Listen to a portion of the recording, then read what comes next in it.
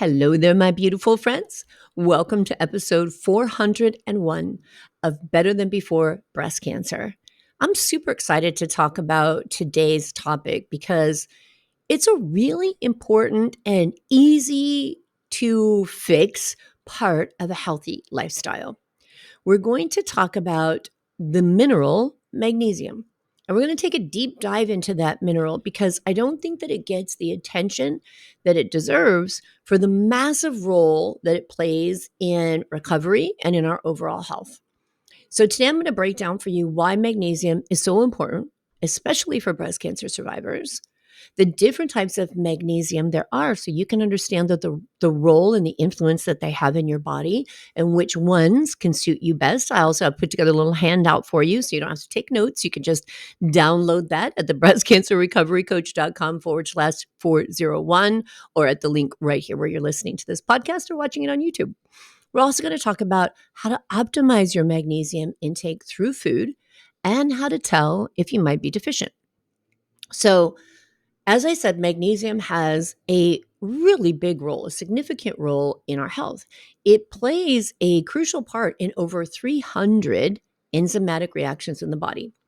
So it has an impact on muscle function, on nerve signaling, and these three, which I think are super important to us, not only as people who've had a diagnosis of breast cancer, but postmenopausal women, bone strength, detoxification, and DNA repair, and obviously a lot more. I'm not going to name all 300 reactions. But for breast cancer survivors, ensuring adequate magnesium intake can really play a big role in supporting recovery because it can help to reduce inflammation, it can improve metabolic health, and it can promote your overall well-being. But if you're one of those people that thinks you have a magnesium deficiency or you experience muscle spasms, fatigue, and I'll go into some of the other ways we can tell if we have an issue, you are not alone, my friend, because the National Institute of Health did a study, and those findings were that 48% of the people in the United States do not consume enough magnesium in their diet and have a deficiency. That's a lot. Almost half the population of the United States deficient in magnesium. So why? Why would that happen? Why are we deficient in magnesium? Well, there are lots of reasons that it's so common in the United States. One is depleted soil. So modern agricultural practices have really done a number stripping magnesium from the soil, meaning that crops contain less of this very essential mineral than they did decades ago. This is one of the reasons why regenerative farming is just so exciting because it's so focused on soil health. And the health of the soil is going to have a direct impact on the health of the plant that's produced. We also have very highly processed diets in the United States, and that's kind of spreading globally too. So the standard American diet, which is very rich in processed foods, and those processed foods are very often stripped of natural magnesium. Again, the American lifestyle, chronic stress, breast cancer diagnosis, lots of stress, right? High stress lifestyles increase magnesium loss through urine and they make it harder for your body to maintain adequate levels. Stress is not something to be played with. That is why it's such an important part of a healthy lifestyle is stress management. And I should say that's a highlight just like magnesium. They're kind of twinning in the issues. They don't get enough attention for the huge role they play in our health. So also medications can influence your magnesium levels. So diuretics, proton pump inhibitors, so PPIs, things like Tums, right? Anything that we're using for indigestion and heartburn, which is often a huge issue if we've gone through chemotherapy. Chemotherapy drugs can also interfere with magnesium absorption. Poor health, conditions like IBS, based on inflammation, right? Crohn's disease, leaky gut, definitely impacted by chemotherapy and cancer treatments and medications. All of this can impair magnesium absorption. So chemotherapy itself and cancer treatments, drugs like cisplatin, other targeted therapies, they can have a big impact on our kidneys. And so they can cause toxicity in the kidneys, and that leads to an increased excretion of magnesium because the kidneys play a really big role in regulating magnesium levels in our body. So damage from Cancer treatments can impair this organ, the kidney's ability to retain this very essential mineral. It's not always going to happen. It's just one of the things that could play a role. We also have to think about gut absorption, leaky gut. Chemotherapy and radiation, they can cause gastrointestinal inflammation, and that can lead to conditions like leaky gut, diarrhea, malabsorption, alternating constipation and diarrhea, and these can reduce magnesium uptake, our ability for a healthy gut to absorb nutrients, right? An unhealthy gut that's dealing with a lot of issues needs to be addressed. So even though we have a healthy diet, can we absorb what's in that healthy diet? Again, we can have acid reflux as a side effect of cancer treatments. And then we take different medications so that we can be comfortable. When I think back on when I was doing IV chemotherapy and for years after it, when I was doing IV chemotherapy, I was going through so many Tums, and then I moved to other medications as when Tums weren't doing the trick. I got stronger and stronger meds. At one point, I had prescription meds for all of the heartburn that I was going through. It was absolutely miserable. And then I realized the impact that was having on my blood work because my oncologist back in the day said to me, "What are you doing?" My calcium levels were through the roof. But coming back to magnesium, when we take a lot of antacids, it can reduce our stomach acid, which is essential for magnesium absorption. And it's interesting because a lot of times people think that we have heartburn because we have too much stomach acid. But look forward to a podcast coming up soon where we talk about the problems that we can have by having too low of a stomach acid, and then thinking that the reason that we're experiencing these problems is because we have too much. So then we take more indigestion drugs, and it's just a vicious cycle, right? So these PPIs, these antacid types of medications can have a big impact on our magnesium absorption. Also, cancer treatments place significant oxidative stress on the body, kind of that assault on the body of reactive oxygen species, free radicals, toxins. So, cancer treatments in and of themselves increase inflammation. And so, we have an increased need potentially for antioxidants. I mentioned stress, and obviously, there's a tremendous amount of stress that's tied into any kind of a cancer diagnosis, chronic stress and anxiety. Those can lead to increased loss through the urine of magnesium. And then aromatase inhibitors, they can lower estrogen levels. I mean, that's kind of their job, which can then lead to osteoporosis and bone mineral depletion. So, magnesium is essential for the bone health, and it also helps regulate calcium and vitamin D metabolism. So, when magnesium levels are low, bone density can decrease further, and then that increases our risk for fracture, osteopenia, all of the stuff that we want to avoid. So, knowing all that, knowing this huge role that magnesium has in our overall health, let's talk about how much magnesium you actually need and how you can get it and how you know if you're getting enough. So, the RDA, the recommended daily allowance for women from 31 years and older, is 320 milligrams of magnesium a day. For men from 31 and older, it's 420. But what's especially important for us to think about as breast cancer survivors, as people who are focused on their health and improving the health of their terrain, is that magnesium helps to reduce inflammation. And chronic inflammation is one of the biggest drivers of disease. So, magnesium helps to regulate these proteins, these cytokines like interleukin 6 and tumor necrosis factor alpha. Both of those contribute to inflammation in the body. Magnesium also plays a role in regulating blood sugar and insulin sensitivity. This is a huge issue. And if you've noticed weight gain or insulin resistance or cravings, a lot of times we have to come back to that glucose insulin balance and sensitivity and understand the role magnesium plays in that. It can help to strengthen our bones, as I've mentioned already, whereas aromatase inhibitors, as we know when we take them, one of the side effects is the impact it has on our bones. So making sure that we've got good levels of magnesium, working alongside with optimal levels of calcium and vitamin D, so important. I mentioned that magnesium helps with the detoxification in the body. So your liver is always working to clear toxins out of our body from just our day-to-day living metabolism, but also toxins from treatment, from environmental exposures, and just life in general.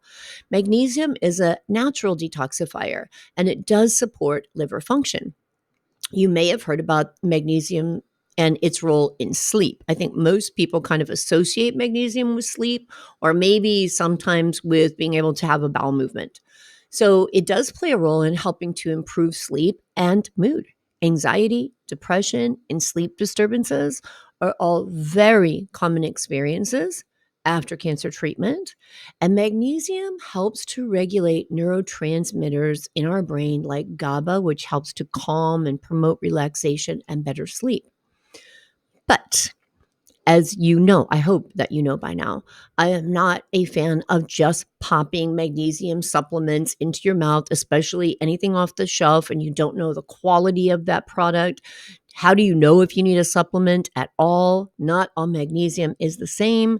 So let's talk about what the different types of magnesium are and how to choose the right one depending on what your body needs the most. Remember, this is always a N of one, a population of one when it comes to the study. It's all about you and what you need. So, magnesium glycinate. This form of magnesium is the best for anxiety, sleep, and relaxation. It's very gentle on the stomach, and it's great if you're struggling with stress and muscle tightness. Magnesium citrate. This is the one that's best for digestion and constipation. This type pulls water into the intestines. So if you've been feeling backed up, this is a great choice because when we have constipation, right, we need more hydration into that intestine so we can move things. Magnesium malate. This form of magnesium is best for energy and muscle pain. So if you're experiencing post-chemo fatigue, fibromyalgia-like symptoms, this can help to boost ATP, which makes energy in our cells. Magnesium threonate.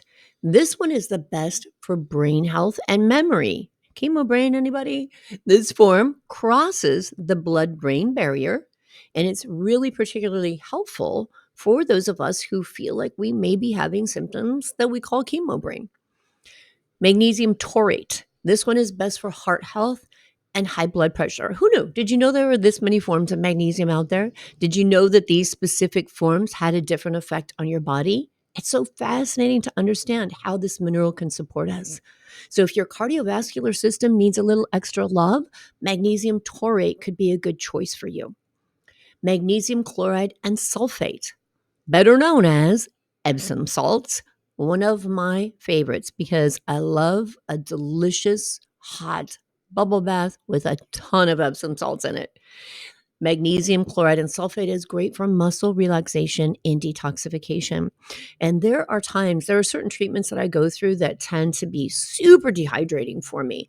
And so I make a habit of getting hydration infusions, but I know when my muscle spasms, especially in my feet and calves, notch up, I need a good Epsom salt soak. So these are great for bath soaks. If you have achiness, if you have muscle spasms, try an Epsom salt bath and see how it serves you. So, as I said, you're not going to have to remember all the names or keep rewinding this podcast to figure out which magnesium forms do what. I've given you a download that lists all of these forms of magnesium and specifically how they impact you in your body. And I'm going to give you also an excellent resource for magnesium. It is called Mag Master. And I take it, this is the form that I take, and I highly recommend it because I know who created it. It was created out of the research laboratory at the Metabolic Terrain Institute of Health by Dr. Ahmed Ilsaka, who is absolutely brilliant and one of the lead researchers there at the Research Institute, and Steve Ottersberg, who is Dr. Nasha Winter's husband, brilliant, brilliant human being. And they worked for I don't even know how long, creating this line of supplements. And one of them is MagMaster. And it's so valuable because, again, we know that there are specific things in the population of people who are undergoing cancer treatment that really need addressing. balancing sugar, balancing magnesium, improving methylation, all of these.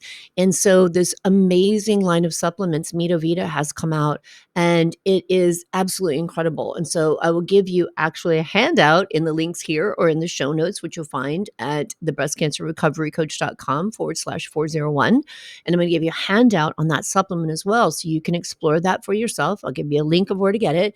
And I think it's amazing. Like I said, this is the one that I take. All right. So let's talk about food, though. I've talked a little bit about supplementation, which forms of supplements have which impacts on your body, so that you can get an idea of what might serve you best. But I always encourage you to get your nutrients from real whole foods whenever possible. Some of the best magnesium-rich foods are your dark leafy greens, spinach, kale, and Swiss chard. Nuts and seeds, especially pumpkin seeds, almonds, and cashews. Now, we don't need a lot of seeds because seeds can be a little higher in some omega-6 fatty acids, and they can also be a little higher in carbohydrates. So when we think about nuts and seeds, we're thinking about like an ounce, a small serving, not handfuls, not half of a bag of it, right? And we don't need a lot because they're little powerhouses. So pumpkin seeds, great to roast them and throw them on vegetables, throw them on your salads. That's usually what I like to do with my nuts, is just chop them up and throw them into dishes. And then they're a great addition to any kind of salad or vegetable dish, I think. Another great source is fatty fish like salmon, mackerel, sardines. If you eat legumes, black beans and chickpeas both can be good sources of magnesium. And yes, you can actually get a little dark chocolate into your diet and get a little boost of magnesium. Now, again, when we're talking about dark chocolate, we want to have a good resource, 80% or higher in cacao, not a bunch of processed stuff in it. We're not talking about like, the liquor store chocolate bars that you just pick up when you're checking out and getting a pack of gum. Okay, we want better quality than that if you're going to put it into you and get some magnesium, and not a whole lot. So those are just some of the foods. And so another resource that I put together for you is a 7-day low carb meal plan that's designed to optimize your magnesium intake. So you can also download that in the show notes right here where you're listening to the podcast or watching it on YouTube, or again in the show notes that you'll find at the breastcancerrecoverycoach.com/401. So let's talk about what some symptoms of magnesium deficiency are. How would you know? Well, one I've mentioned a couple of times, which is muscle cramps or muscle spasms. And so if you have a lot of muscle cramps or muscle spasms, you might be thinking about getting your magnesium levels checked. If you have a lot of fatigue and weakness, if you have trouble sleeping, if you have brain fog and memory issues, if you find yourself feeling anxious or irritable a lot, or if you have digestive issues, especially constipation. And if any of those are familiar to you, if you're like, yes, I have everything, check, check, check on that list, increasing your magnesium intake can make a big difference. Again, I recommend starting with food first, and then if you need it, how do you know you need it? Well, you can check in with your body to see if you're having those symptoms, but you can also get your magnesium tested in your blood. If you look at the blood work that your doctor probably already runs for you, you may have magnesium in there, or just ask them to include magnesium so you can see your magnesium levels. You know what? I was shocked to see how low my magnesium levels were when I first tested. And I thought that I was getting enough of it, but clearly I was not. So there was a ton of room for me to increase my magnesium levels. And yes, it did make a huge difference, especially in those nighttime muscle cramps. I was getting woken up at night frequently by just horrendous cramps in my calves, spasms. And so I was really happy to see that there was a lot of room for improvement for me, and it definitely has helped. So isn't it cool to hear about something like this? It's such a small thing, right? Magnesium. And I know that in our population, right, in our community of women who are mostly postmenopausal, if not intentionally and chemically postmenopausal as a part of their treatment, but all the things that we go through, and these symptoms that I've mentioned to you are not uncommon. muscle spasms, brain fog, fatigue. Isn't it cool to know that there might be a very simple way to improve the way you feel and that you can get it through food? And that if food isn't enough, oh, and I said, how do you know if you're getting enough through food? I highly recommend food tracking, food journaling. If you're not feeling well and you don't like the way that you're feeling, track your food for a few days. Do even 2 weekdays and one weekend day. Two apps that I love. One that's kind of new to me that I'm absolutely loving is Carb Manager. And it's not only a great way to track food, but it's got a ton, if you're trying to follow a ketogenic lifestyle, a ton of really healthy ketogenic recipes. And I say healthy because they're constructed the right way, plant forward, healthy, clean food and ingredients, right? And it also, you can track your food in there, but take a look at it and see, are you getting the recommended daily allowance at the very minimum of magnesium? Get your blood tested and see. The way that you construct a planned food first is to first know what you're eating and know the kind of nutrition that's in it. And then again, we have to realize that even when I say know the kind of nutrition in it, it's just a guess, right?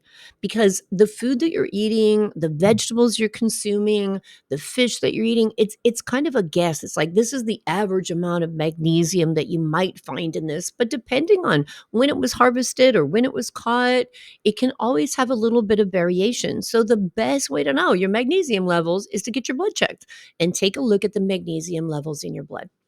All right, simple fixes that can make a huge impact on the way you feel. And I want you to feel as well as possible because who doesn't? And if you want more help with that, if you really want to dig into understanding your body, understanding the language of your body, which is what I say is your labs and your nutrition genome, that is the language of your body. It's something that's brought such value to my own healing journey, is understanding exactly how my body works and what it needs to support its wellness. And that anytime I feel off kilter, I know I can go back to that and get labs checked, and I know what to look for in them so that I can adjust my food. And, food can just have this huge role. And most of us have a lot of room to play with our food to give us more nourishment. So, anyway, you want help with that? Come and find me, thebreastcancerrecoverycoach.com, and check out my coaching and programs. Check out my 90 days of wellness. Get a metabolic health coaching plan where we dive into your nutrition genome and your labs. Join my Better Than Before Breast Cancer membership, where everything I have ever done, all the workshops, the monthly lessons, the coaching calls, the programs, everything is available inside that membership. It is literally a treasure trove of information and support. And you get live access to me in our group calls 3 times a month. And then another 3 times a month, I fill the days with 20-minute private sessions that are included in your membership, along with other discounts you get as a member. Like, it's gold. I'm telling you, you will not find the value that I have in this membership anywhere else that I've ever seen. So I encourage you to check it out. And until then, nourish yourself. Check out your magnesium levels. Take an Epsom salt bath, and I'll see you again next week.